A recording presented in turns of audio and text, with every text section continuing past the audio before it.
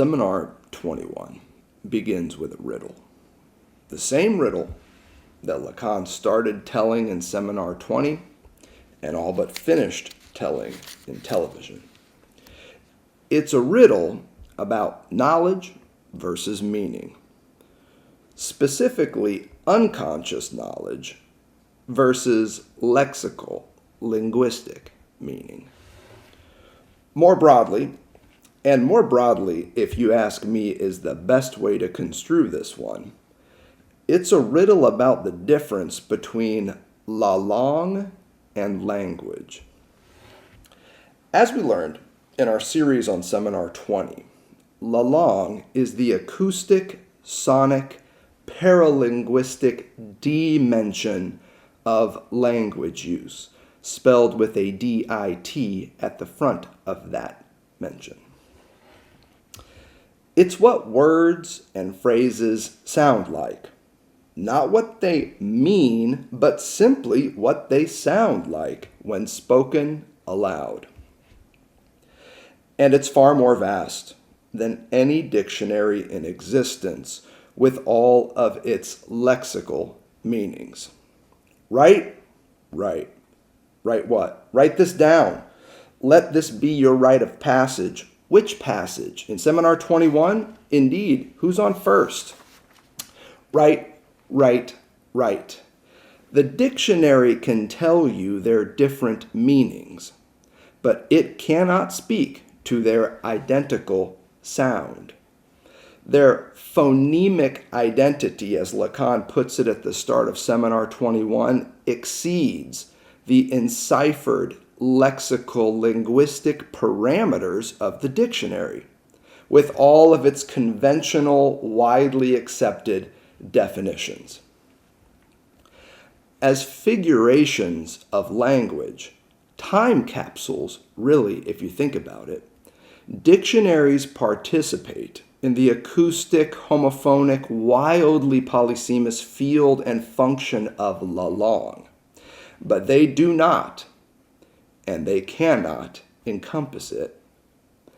And this, ultimately, is what Lacan means by language.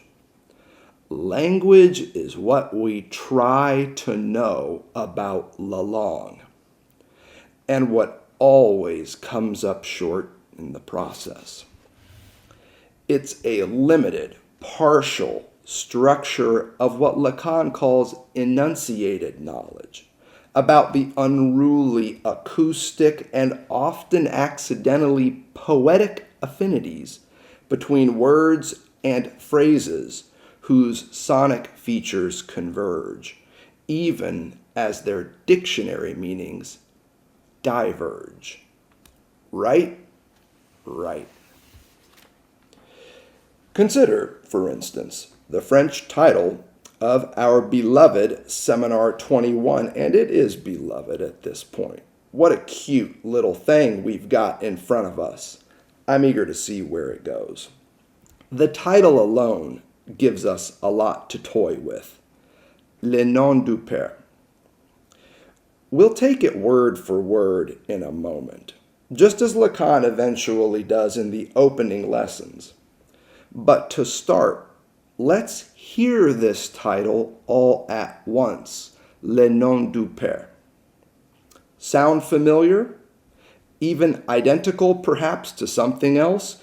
You bet your ass, Le non-duped sounds exactly like Le nom du père. Now that may not help you. Let's spell it out.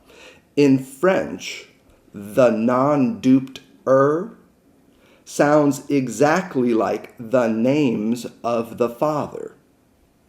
That's la langue for you. Le nom du père sounds exactly like le nom du père.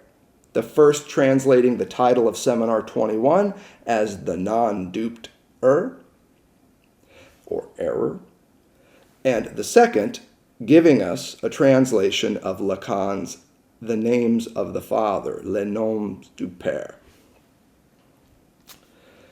That is how la langue works at the level of sonic, phonemic identity. But in the realm of language, it's different. In the realm of language, with all of its written, enciphered dictionary meanings, these two French phrases, le nom du père, le nom du père, have little in common. But in the wider, wilder, windier, phonemic field of la langue, which is established and sustained by embodied vocal acts of speaking like the one you're hearing right now, these phrases are indistinguishable. So let's be categorical right at the start of our series on Seminar 21. Where our eyes see difference, our ears hear identity.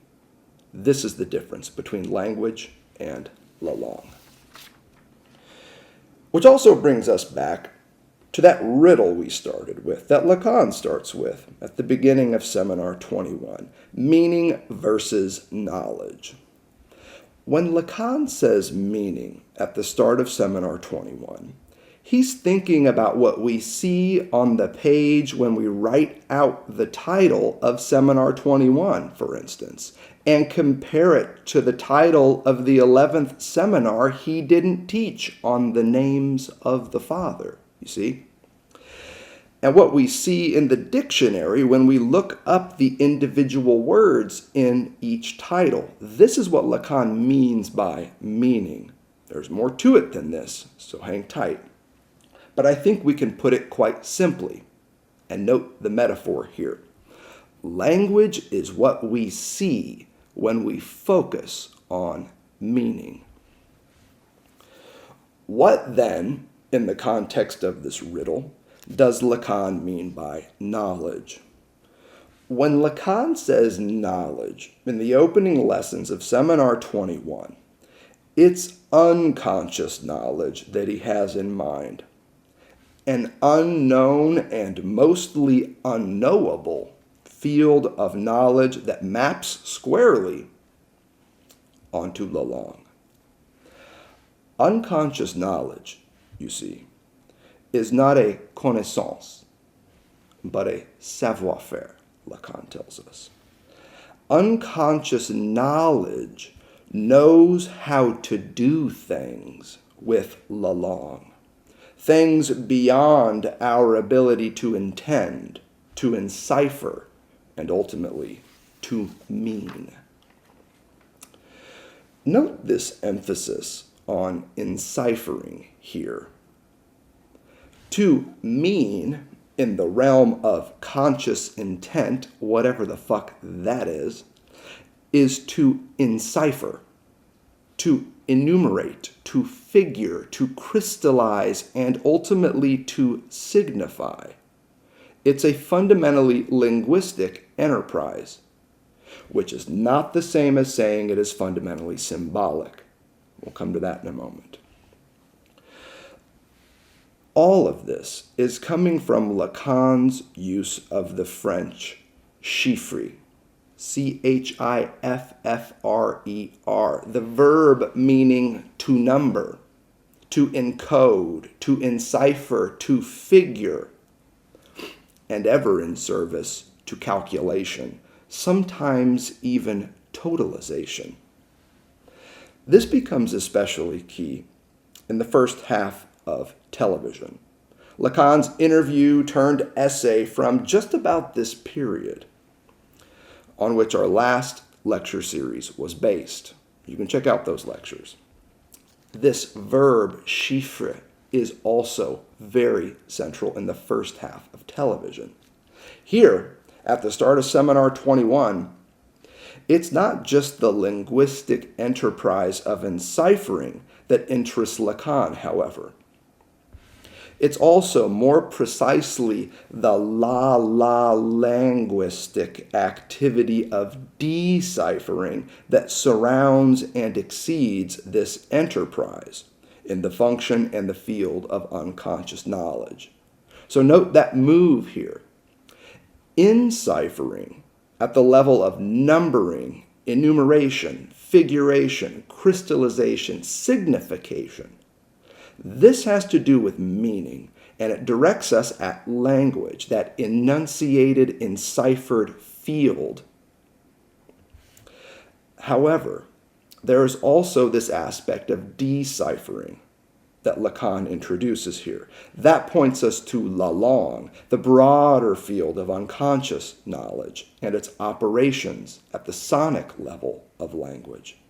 And note this, we'll spell this out a little later, but it's important to note right out of the gates here. Typically, when we think of enciphering, we think of it as a way of encoding, encrypting something. And deciphering, we often think of it as a way of decoding or decrypting, uncrypting, clarifying something. Lacan inverts this. For him, they mean just the opposite. To encipher is to crystallize, to figure, to number, to clarify something. To decipher, however, as we're going to see, for Lacan is to confuse, to dissolve, to disfigure, to denumber, to unnumber something. So note, right out of the gates, enciphering and deciphering as we typically understand them, indeed look them up in a dictionary, French or English. Lacan is going to invert these meanings. So hold that in mind as we get going here. But at the risk of saying too much too soon, I'm just going to keep on going here. I would offer something else as well. If the linguistic act of enciphering is about seizure, figuration, crystallization, and commodification, and results in a lexical capture of sorts, a capture that we know as meaning, note this, the langtastic event of deciphering that I was just telling you about, it's about diffusion, fragmentation, dissolution, disfiguration, disintegration. You get the idea. I'm driving it home one more time here, right out of the gates here. Deciphering yields confusion, not crystallization. Lacan, again, flips the script on these two terms. And here's the point.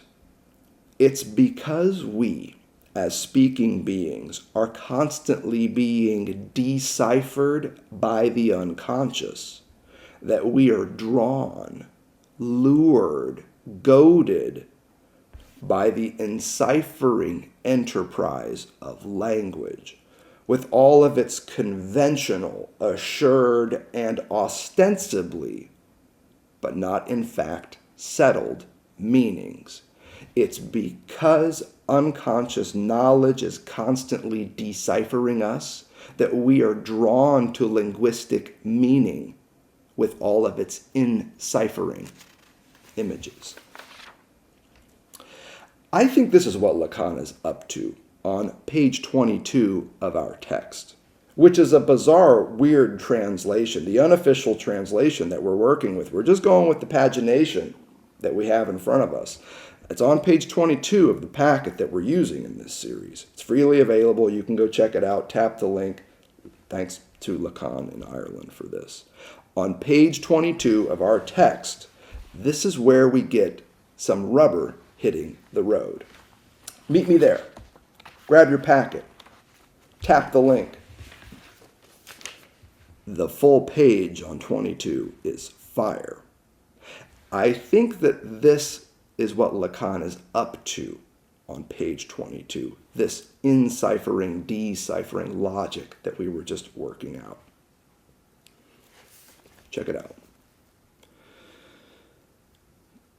In these two terms, put into words, le nom du père and le nom du coherent, so here what you have is Lacan messing with those two titles again. The title of seminar 21, le nom du père, the non-duped but also the title of the seminar 11 that he didn't deliver on the names of the Father, the French saying of which sounds exactly like the title of seminar 21. In these two terms, these two titles put into words, he says, it is the same knowledge in the two. It is the same knowledge in the sense that the unconscious is a knowledge from which the subject can decipher himself. It is the definition of the subject that I am giving here, of the subject as the unconscious constitutes him. It deciphers him. The one who by being a speaker is in a position to set about this operation, who is even up to a certain point forced until he reaches a meaning. And that is where he stops, because one has to stop. One even asks for nothing but that. One asks only for that because one does not have the time. So then he stops at a meaning. But the meaning at which one ought to stop in the two cases, even though it is the same knowledge, is not the same meaning, which is curious. And which allows us to put our finger right away on the fact that it is not the same meaning simply by reason of the spelling, which allows us to suspect something whose indication, in fact, you can see in what, in some of my previous seminars, I noted about the relationships of writing to language.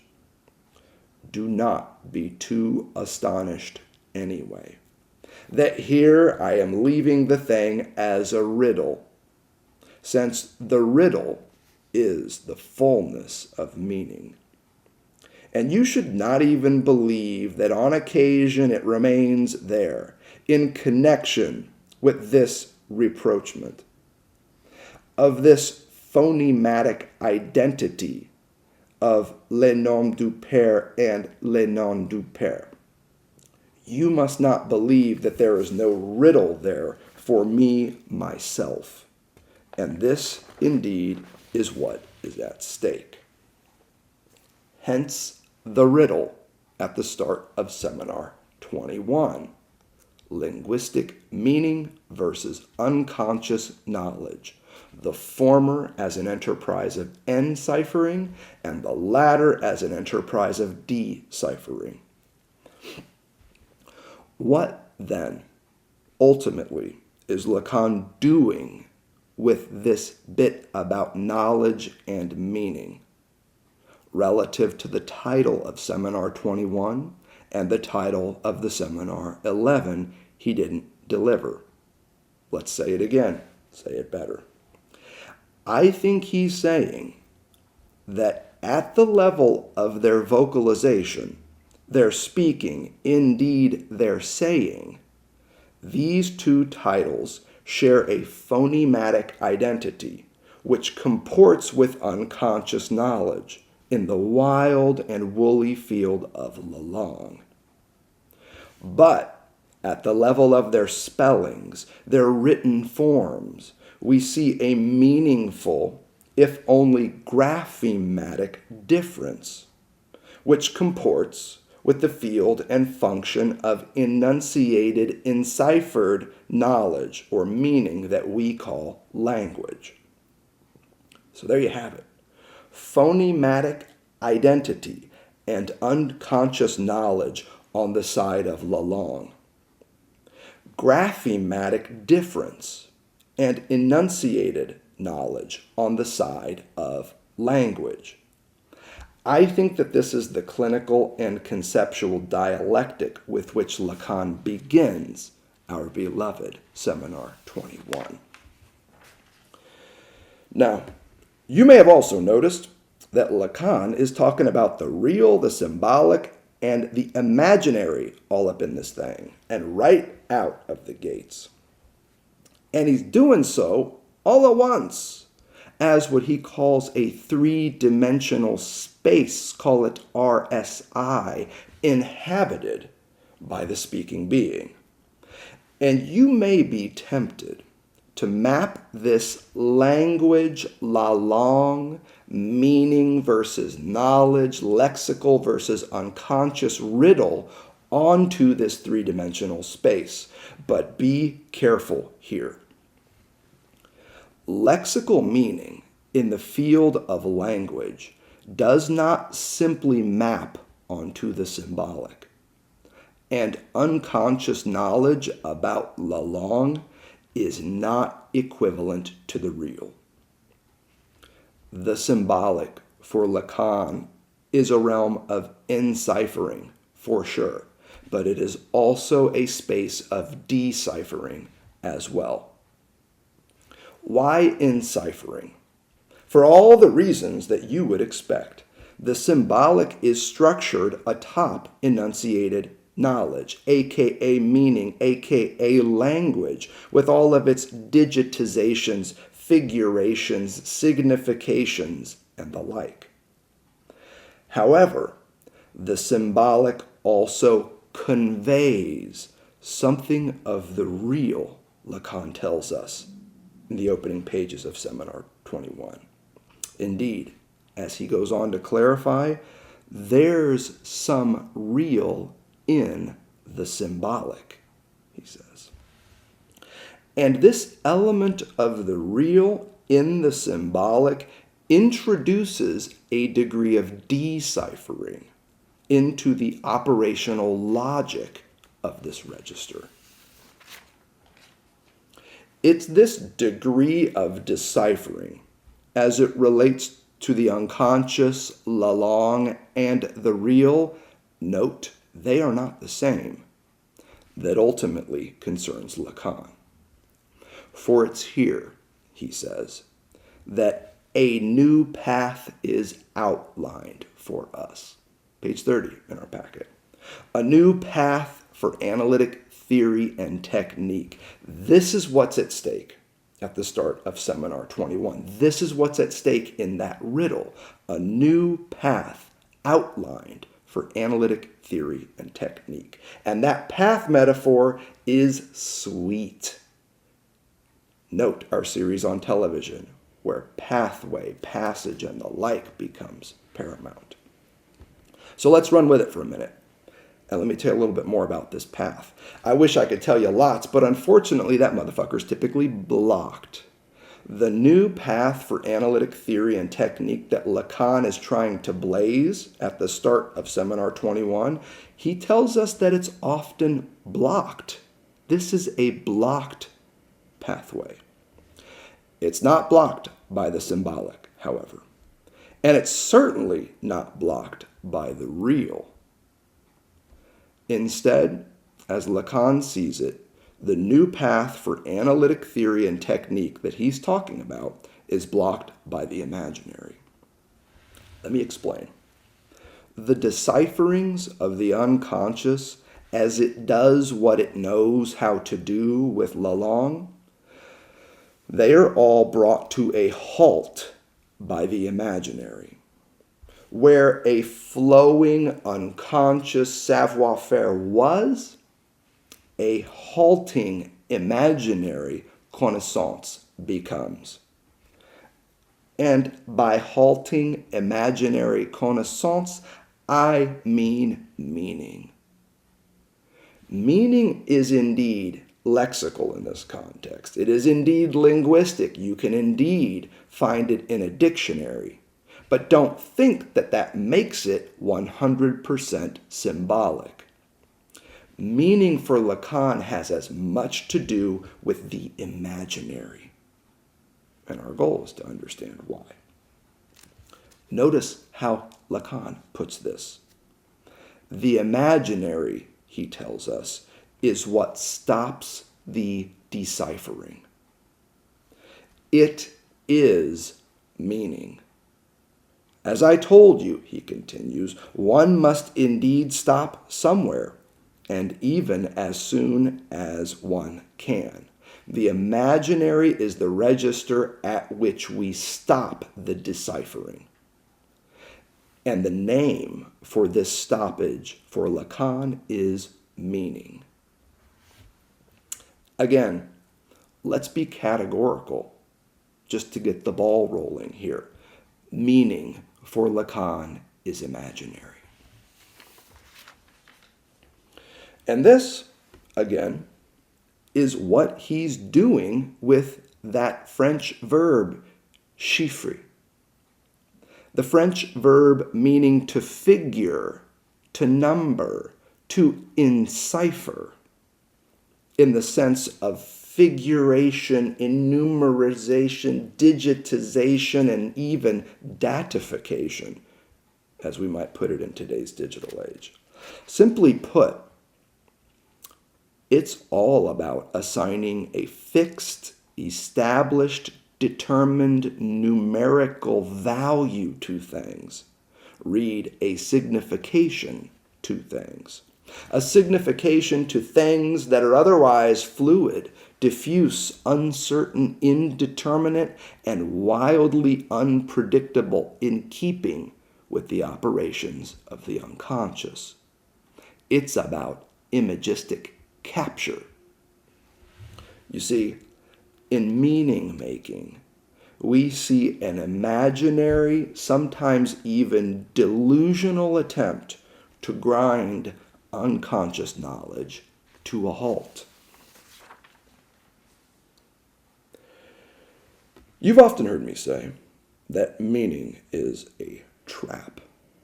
It's straight out of Lacan. I'm not just making that shit up. This is one of the reasons why meaning is a trap, because it's less symbolic than imaginary, and it tells us less about the real than it does about this peculiar notion we call reality. A reality which is not physical, and note Lacan is harping on this in the fall and winter of 1973, but instead he draws right from Freud, psychical. This is important. Reality for Lacan, and he says he's getting it right from Freud, is not physical, but psychical.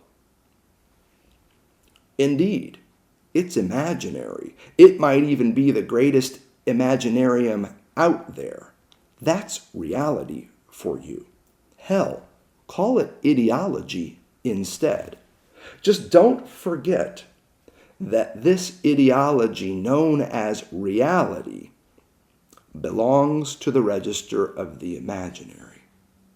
Or as Lacan quips in Lesson 1 of our beloved Seminar 21, the misfortunate imaginary.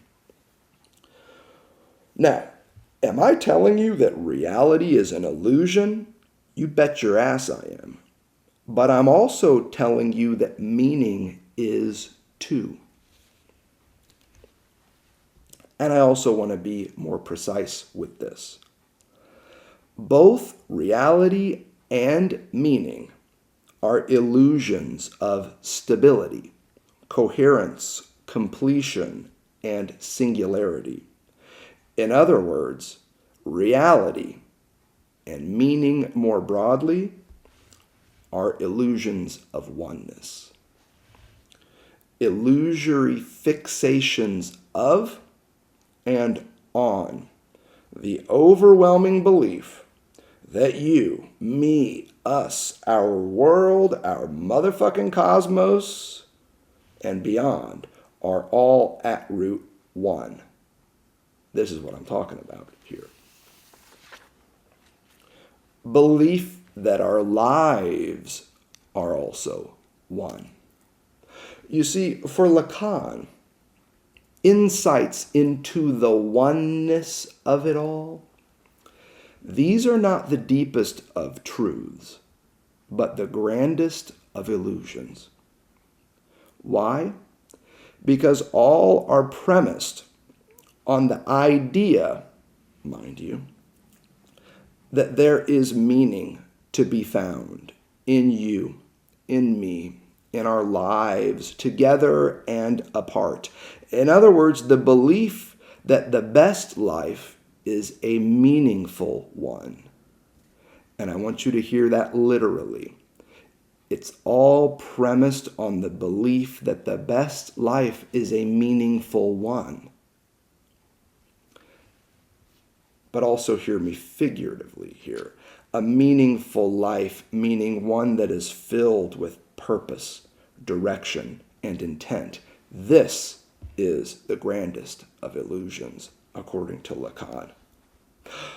Oh, you say, but what about the intentional living movement that I've jumped onto, McCormick? What about my intentional living movement? With all of its mindfulness and self-awareness, intentional living with all of its minimalism and simplicity, where personal growth dovetails with environmental sustainability and so on. How does Lacan view this intentional living enterprise?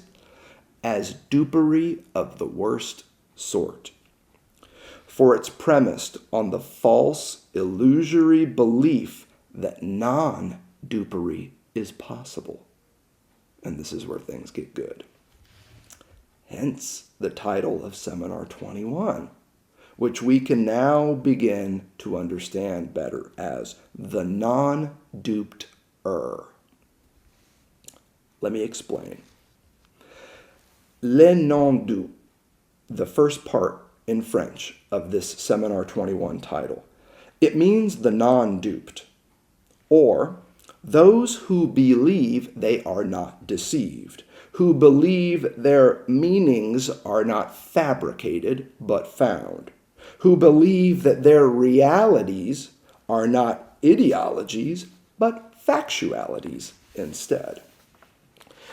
And what about that last part of the title, the part of the title? To E-R-R, also can mean here to wander. Not wonder, but also wander. Notice how I put that. Not this, but also. You got to remember, Lacan is messing with Lalonde here. Errant means to err, to error, to make a mistake, but also to wander. And typically both at once. It's simply put about losing one's way. Translation? Le non-duped, the title of Seminar 21. It's Lacan's way of saying this. Those who think they're not deceived are among the most misguided. And let's be even more precise with this translation. Not deceived by what exactly? By the very thing that their refusal to be duped by amounts to: another illusion of reality, another formation of discourse, another constellation of knowledge and power, another fraught effort to capture Lalonde in language. Hear me now. Another imaginary crystallization of meaning. Make no mistake, my friends. For Lacan, intentional living is just another brick in the wall. So let's see if we can sum this up just a bit at the end of our concluding introductory lecture. There can only be one, so it's the first and the concluding introductory lecture. Here's how I would put it. The life of the non-duped is in fact that of the most duped, because they fail to realize that dupery is the name of the game known as human being, which is always first and foremost for Lacan speaking being. To speak is to be always already duped. You see, the non-duped-er, or error, or wander astray, because they've lost sight, and especially sound, of the non-duper that conditions their vaunted mode of existence. Theirs, mine, yours, and everyone else's as well. To refuse to be duped, call it repression, call it foreclosure, call it downright rejection, is inadvertently to accept the very bedrock of dupery castration. And that's why when you just heard me say the non-duped heir, I'm not saying the non-duped heir. I'm talking about the name of the father. That sounds exactly like the title of Seminar 21. That's why the illusion is so damn important. Not illusion, illusion. That's why this phonemic identity between the title of Seminar 21 that says those who think they're not deceived are the ones most deceived. That's why that title's resonance with the name of the Father is so key. Because to refuse to be duped, to pretend that you're among the non-duped, living an intentional life unlike the rest of us fools, to refuse to be duped is inadvertently to accept the very bedrock of human dupery, castration, by way of the name of the Father, le non-duped. Why?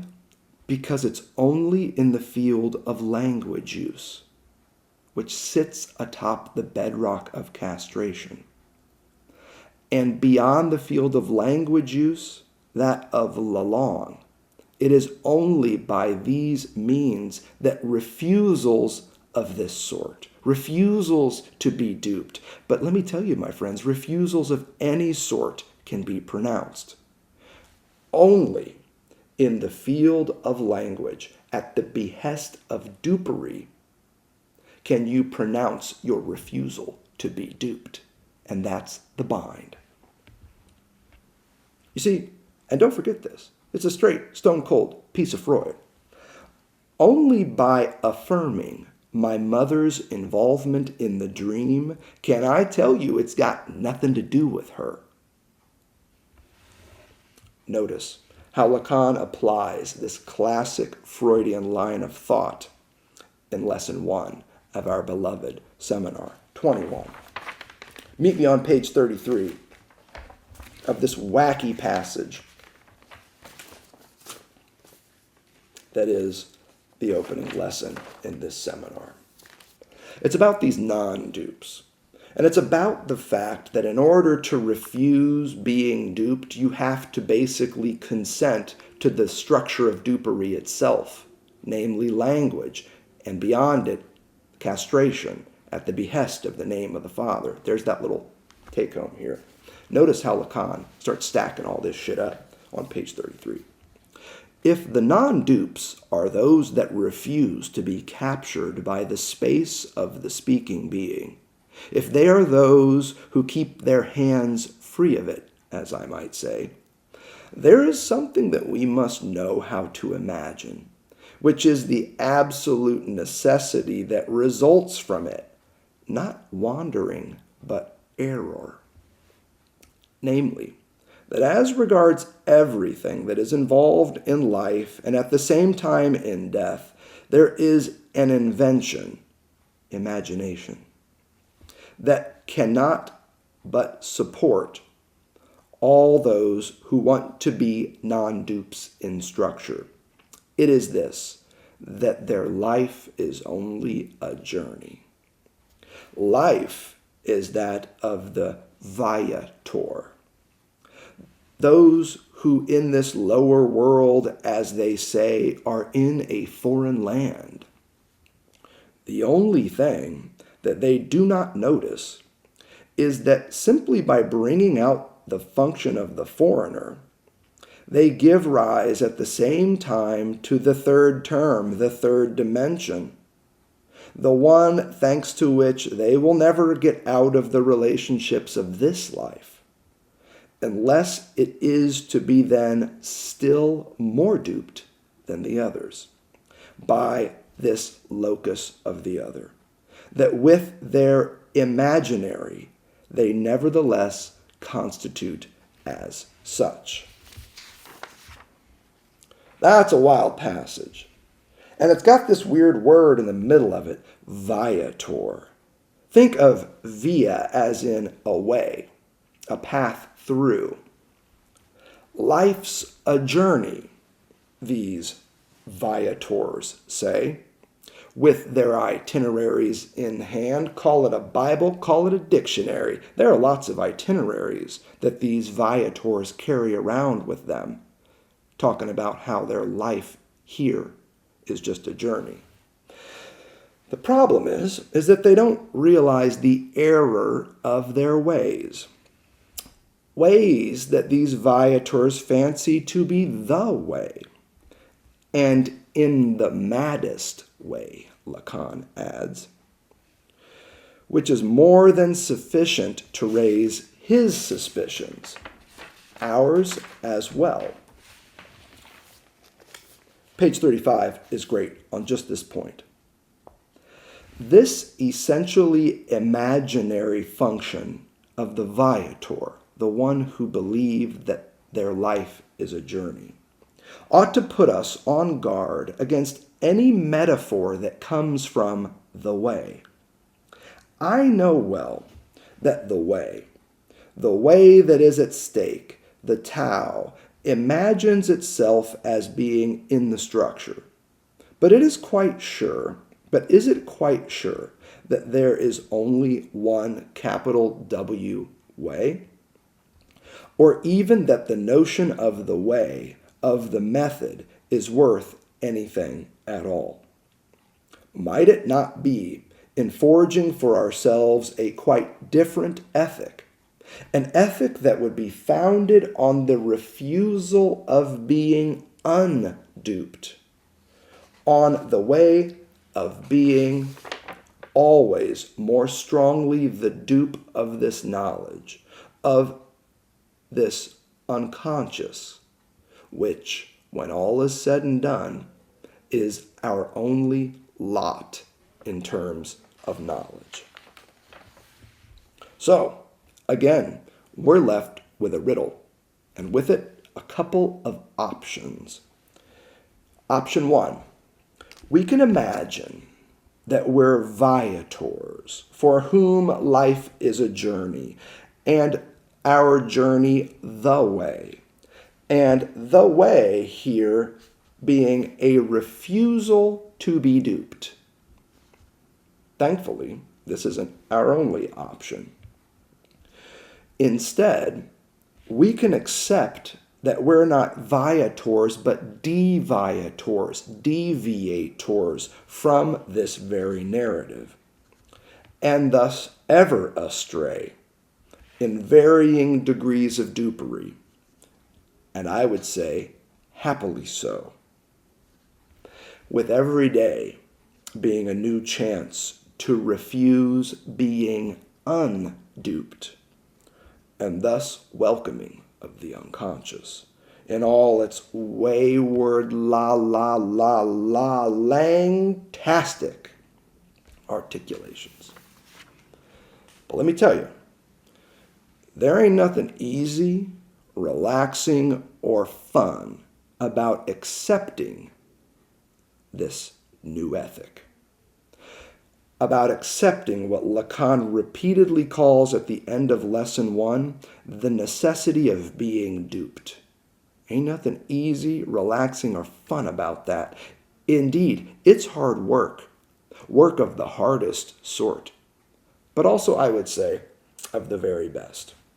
One more passage to end this opening lecture on Seminar 21. It comes to us on page 23. I think you're going to like this one. Work, the work that I was just telling you about, that ain't easy, relaxing, or fun, is what the topic is. Work. Everyone knows where it comes from. In the tongue that I am chatting to you in, Lacan says. You have perhaps heard talk of it. It comes from tripalium, which is an instrument of torture, and which was made of 3 stakes. At the Council of Auxerre, it was said that it was not appropriate for priests or deacons to be alongside this instrument, by means of which torquenturai, the guilty, are tortured. It is not fitting that either the priest or the deacon should be there. It would perhaps give them a hard-on. It is, in effect, quite clear that work, as we know it through the unconscious, is what makes relationships to this knowledge by which we are tormented, and what makes these relationships to enjoyment. Note that hook. So, what then is the riddle of unconscious knowledge versus lexical meaning at the start of Seminar 21?